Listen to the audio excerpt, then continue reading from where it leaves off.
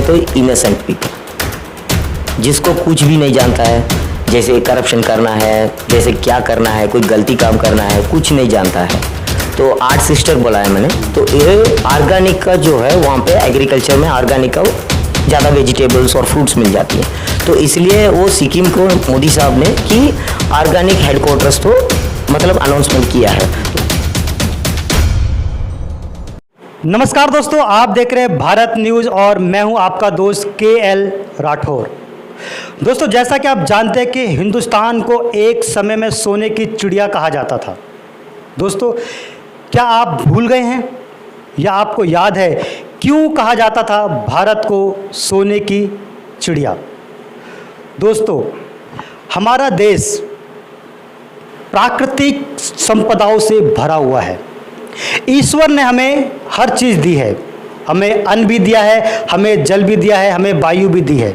ऐसी कोई सी चीज़ जो कि एक मनुष्य को चाहिए, हिंदुस्तान की धरती पर जीने के लिए हर वह चीज़ मौजूद है। इसीलिए तुम कहते हैं ना, भारत हमारी माँ है। दोस्तों, इस भारत माता के लाखों करोड़ों जो बेटे हैं, इस देश को, इस माँ की सेवा करने के लिए दिन रात मेहनत कर रहे हैं। आज मैं बात कर रहा हूं हिंदुस्तान के एक राज्य नागालैंड की। जी हां दोस्तों, नागालैंड जो कि नॉर्थ ईस्ट में है। नागालैंड एक ऐसा स्टेट है जो कि हिंदुस्तान को, जी हां दोस्तों, एक नई पहचान दे सकता है। अब आप कहेंगे कि नागालैंड हिंदुस्तान को नई पहचान कैसे दे सकता है? इस विषय पर बात करने के लिए आज हमारे साथ हमारे दोस्त मौजूद हैं। पहले तो हम उनका स्वागत करते हैं और जानते हैं उनका परिचय। सर, पहले तो भारत न्यूज़ पे आपका हार्दिक स्वागत है और नमस्कार सर। हमारे दर्शकों को अपने बारे में थोड़ा सा बताइए। जी, मैं नरेश राम, मैं वैसे तमिलनाडु का है, चेन्नई का रहने वाली थी। अभी मैं नागालैंड में कोहिमा में है। तो मेरा वाइफ है वहाँ के IPS ऑफिसर है नागालैंड कैडर की, तो वहाँ पे है। तो मैंने जैसे तो 2014 तक तो चेन्नई में थे, तब मोदी साहब का जो है जो प्रचार के देखा था मैंने कि करप्शन को हटाओ और डेवलपमेंट को लेकर आओ। तो उस मुद्दा मुझे बहुत अच्छे थे। तो मैंने वो चुनाव के लिए भी गया था वाराणसी। तो उसके बाद में मैंने मोदी साहब का कुछ मतलब ज़्यादा स्कीम्स तो निकल रहे हैं। तो उसमें एक स्कीम था, मुझे बहुत अच्छा लगा था कि एक्टिस्ट पॉलिसी। तो वो एक्टिस्ट पॉलिसी इसलिए अच्छा लगा था कि मैं नागालैंड में है, तो उसका पहले बोलता है कि लुकिस्ट पॉलिसी, तो उसको एक्टिस्ट पॉलिसी बनाया। तो उस मुद्दा पे लेके काम कर रहा हूँ अभी।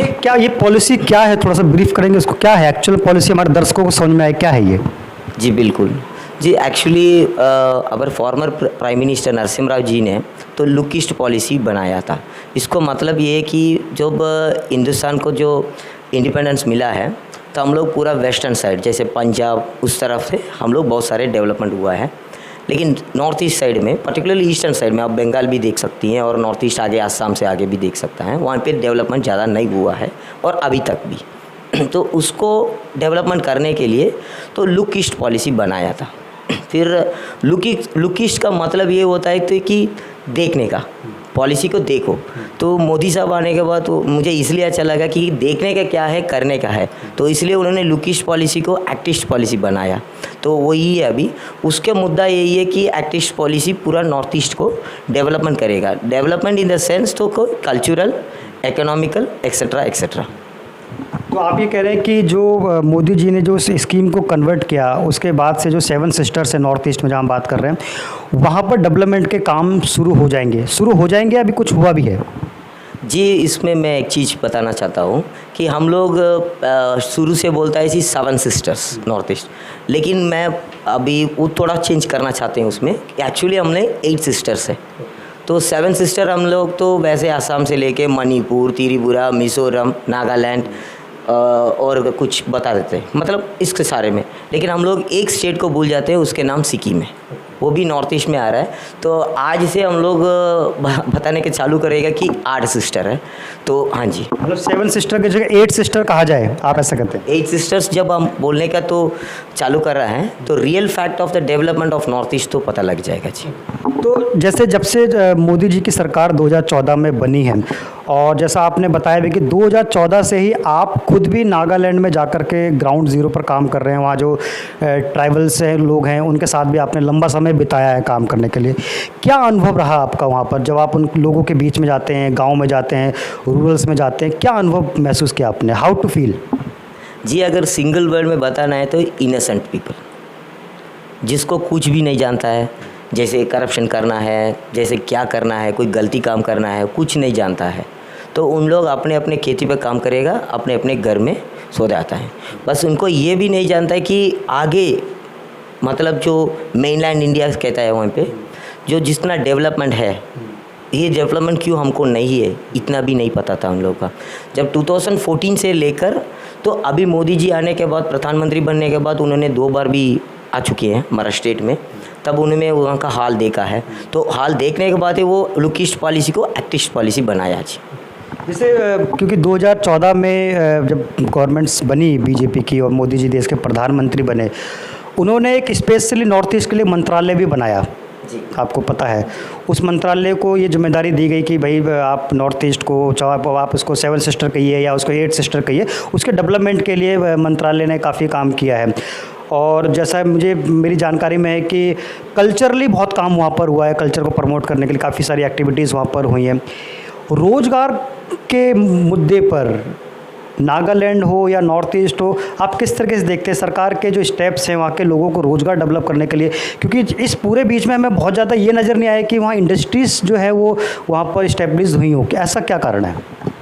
जी, पहला चीज़ है, अभी मोदी जी आने के बाद जो एक्टिस्ट पॉलिसी की बात कर रहा हूँ मैंने, तो 8 सिस्टर बोला है मैंने, तो ये ऑर्गेनिक का जो है वहाँ पे एग्रीकल्चर में ऑर्गेनिक का ज़्यादा वेजिटेबल्स और फ्रूट्स मिल जाती हैं, तो इसलिए वो सिक्किम को मोदी साहब ने कि ऑर्गेनिक हेडक्वार्टर्स तो मतलब अनाउंसमेंट किया है। तो इस तरीका थोड़ा रेवेन्यू को बढ़ने के लिए उन लोग काम किया है।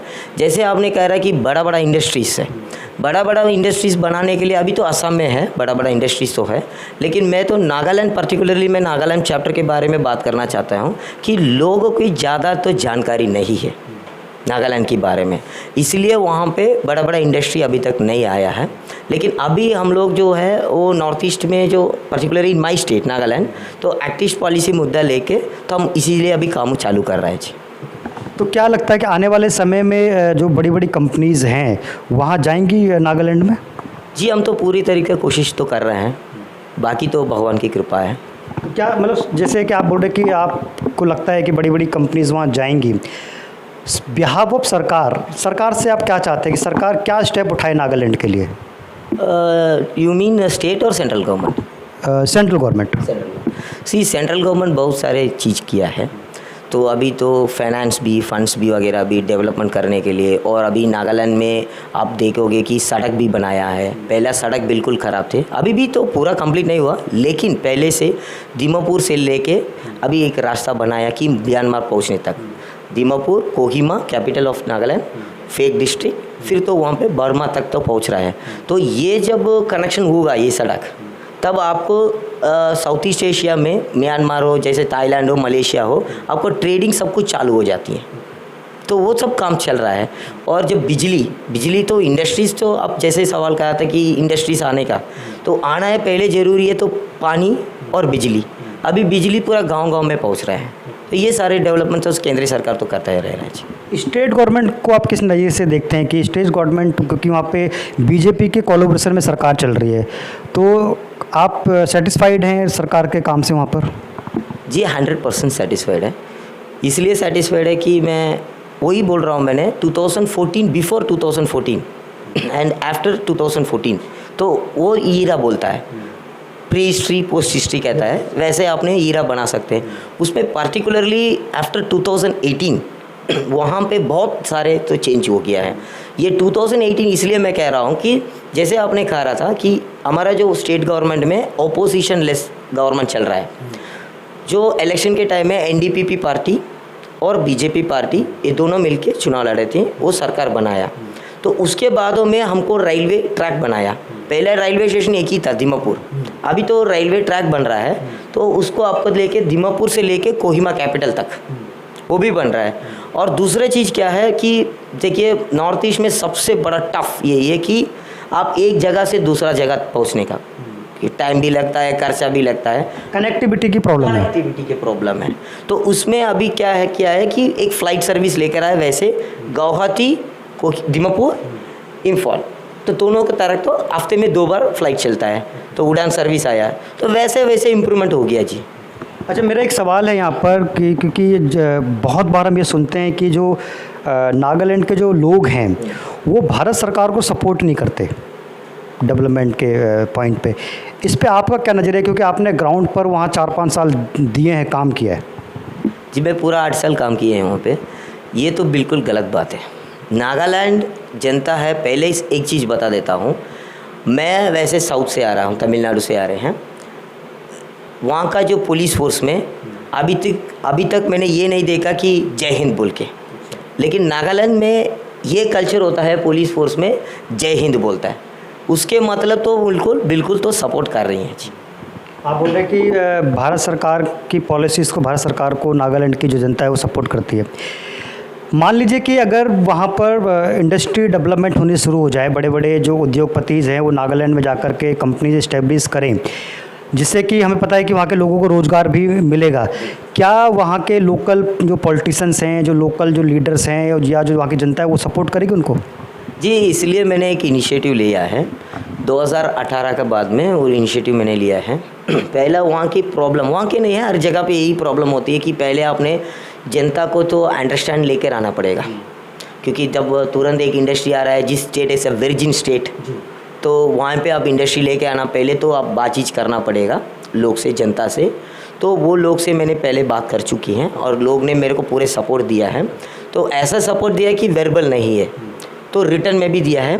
वहाँ पे 13 गांव हैं। एक और एग्जांपल मैंने बताना चाहता हूँ, मेलोरी एक सब डिवीज़न होती है जो फेक डिस्ट्रिक्ट के अंदर है, वो म्यांमार की बॉर्डर की तरफ। वहाँ पे मेरे को इंडस्ट्री बनाने के लिए उन लोग 13 विलेजेस को दिया है अभी, मेरे ऊपर विश्वास करके। मतलब आप ये कह रहे हैं कि उन्होंने, वहाँ के लोगों ने 30 विलेजेस की जो प्रॉपर्टी वो आपको दे दी? हाँ जी, 13 विलेजेस को मुझे लीज पर लिया है उन लोग, मेरे को सपोर्ट करने के लिए, इस इनिशिएटिव सक्सेस होने के लिए उन्होंने दिया है। तो उसका मतलब ये बोलना चाहता हूँ कि पब्लिक 100% सपोर्ट कर रहा है, डेवलपमेंट चाहती है, तो इसलिए उन लोग दे रहा है। वो डीसी ऑफिस में भी हम लोग रजिस्टर भी कर दिया। फिर उसके बाद में डेवलपमेंट का नेक्स्ट स्टेज तो आपने स्टेट गवर्नमेंट पे बात करना है। स्टेट गवर्नमेंट में देखिए तो हमारा जो चीफ मिनिस्टर साहब mister Neiphiu Rio is very experience chief minister, because is 2-3 bar CM पे रह रहे हैं। तो उन्होंने पूरा तरीका तो मेरा इनिशिएटिव को सपोर्ट कर रहा है। वो मैं 12 तारीख को भी इस लेवल पे कैबिनेट लेवल पे मीटिंग भी हुआ था, बड़े अपेक्स लेवल का मीटिंग, मतलब कैबिनेट मंत्री भी, पूरा चीफ सेक्रेटरी, DGP भी अटेंड किया है और सारे HOD डिपार्टमेंट की भी अटेंड किया है। तो उसमें भी पूरा हमको सपोर्ट कर रहा है। और बाकी तो है जितना लोग है वहाँ पे पब्लिक ब्यूरोक्रेट्स, वो लोग भी सपोर्ट कर रहा है। क्योंकि प्रॉब्लम ये है कि पहला जैसे मैंने कहा था कि it's a very tough fight. मैं पर्सनली नागालैंड के बारे में, कोई इन्वेस्टर्स के बात करेंगे तो पहले इनको नागालैंड मेरे से पूछ रहा है कि कहाँ है, और दूसरे सवाल है वहाँ पे आके मैं इन्वेस्टमेंट करेंगी तो क्या चलेगा, वहाँ पे मेरे को बिजनेस कर सकती हैं। तो ये सारे सवाल मेरे सामने थे, लेकिन उसको लेकर मैं अभी आगे काम कर रहा हूँ। तो क्या, जैसे आप बोल रहे हैं कि आपने वहाँ 13 विलेजेस जो है वो आपने लीज पर भी लिए हैं और वहाँ की जनता भी आपको सपोर्ट कर रही है, क्या कुछ जो उद्योगपति लोग हैं या जो बिजनेस करना चाहते हैं नागालैंड में जाकर, उनसे भी आपकी कुछ बातचीत हुई है? जी, बहुत सारे चीज़ बात हुआ था पहले से, 2018 से, लेकिन मैं पहले से बोल रहा हूँ कि वर्जिन स्टेट है, वहाँ पे कोई इंडस्ट्री नहीं है। तो इसलिए बड़े बड़े इंडस्ट्री लोग से बात करना तो बहुत कुछ थोड़ा प्रॉब्लम चला थी मुझे, लेकिन बीच में कोरोना के लॉकडाउन भी आया था, मेरे को आगे बढ़ नहीं पा रहा थी।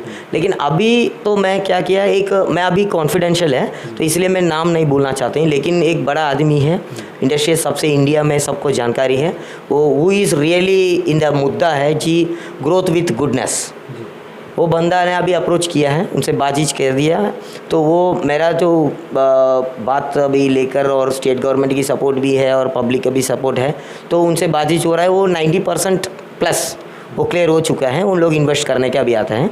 बाकी तो मैं आगे कुछ काम है तो वो करने के बाद में ये तो हो सकती है। यहाँ पे एक सवाल और बहुत बड़ा बन जाता है, जैसे क्योंकि आप ना तो पॉलिटिशियंस हैं और ना ही किसी पार्टी से आप जुड़े हुए हैं, एक स्टेट से, क्योंकि आप वहाँ के मूल निवासी भी नहीं हैं, है ना, आप साउथ से हैं, आप जा कर के आप वहाँ आप काम कर रहे हैं, आपका पर्सनल इंटरेस्ट क्या है इस चीज़ में? देशभक्त। देखिए हमारा महाराष्ट्र बात है कि तो उनको लेफ़्ट हैंड कहते हैं नॉर्थ ईस्ट को, तो पूरे तरीक़े से क्लियर होना चाहिए। और दूसरे मैंने जैसे आपको कहा है कि मेरा बीवी नागालैंड कैडर की आईपीएस ऑफिसर है, मैं उधर पहुँचेगा जैसे जगह से मैं पहुँचा है कि नंबर 1 डेवलप्ड एरिया चेन्नई, वहाँ से जाने के बाद में मुझे पता लगा ऐसा भी है जगह, तो इसको ठीक करना पड़ेगा। उस टाइम मोदी साहब का जो एक्टिस्ट पॉलिसी भी देखा, तो देखिए हम लोग, मैं तो कुछ नहीं था जैसे आपने बोल रहा था, लेकिन मैं सिटीज़न ऑफ इंडिया है, मुझे भी सब कुछ रिस्पॉन्सिबिलिटी होती है। एक सरकार बनना है जैसे नेता और ब्यूरोक्रेट से नहीं बनता है, कि पब्लिक से भी बनता है, क्योंकि पब्लिक तो वोट देने के बाद ही सरकार बनता है। तो सिर्फ हम लोग बैठ के कमेंट देता है फेसबुक में, ये करता वो करता, उससे नहीं होगा, हम भी इन्वॉल्वमेंट करना पड़ेगा। इसलिए मैंने वो इन्वॉल्वमेंट किया है, तो चल रहा है अभी जी। तो आपको लगता है कि आपके एक अकेले व्यक्ति के बदलाव आएगा, आप बदलाव ला पाएंगे वहाँ पर? जी, अकेले किसी को कोई काम नहीं कर सकती है। पहला आप ये करना पड़ेगा, एक टीम बनाना पड़ेगा।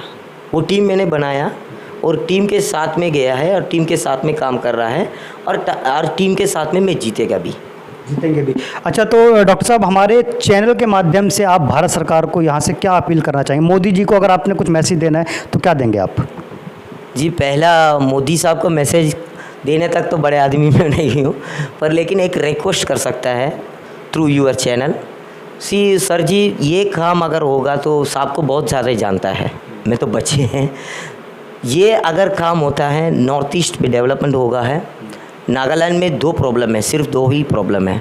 एक तो इंसर्जेंसी है, नागा पीस सॉल्यूशन अभी जनता लोग वेट कर रहा है, और दूसरा है डेवलपमेंट मतलब केवल इंफ्रास्ट्रक्चर डेवलपमेंट नहीं है, इकोनॉमिकल डेवलपमेंट चाहिए।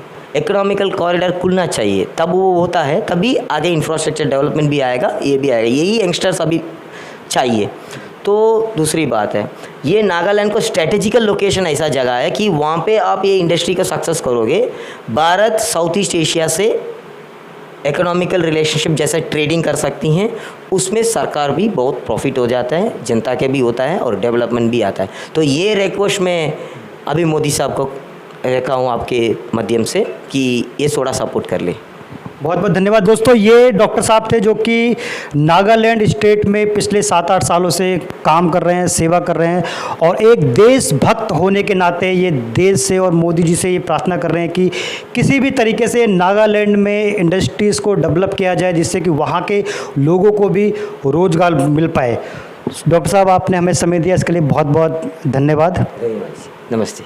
नमस्कार दोस्तों, धन्यवाद। देखते रहिए, जुड़े रहिए भारत न्यूज़। मैं हूँ आपका दोस्त KL राठौर।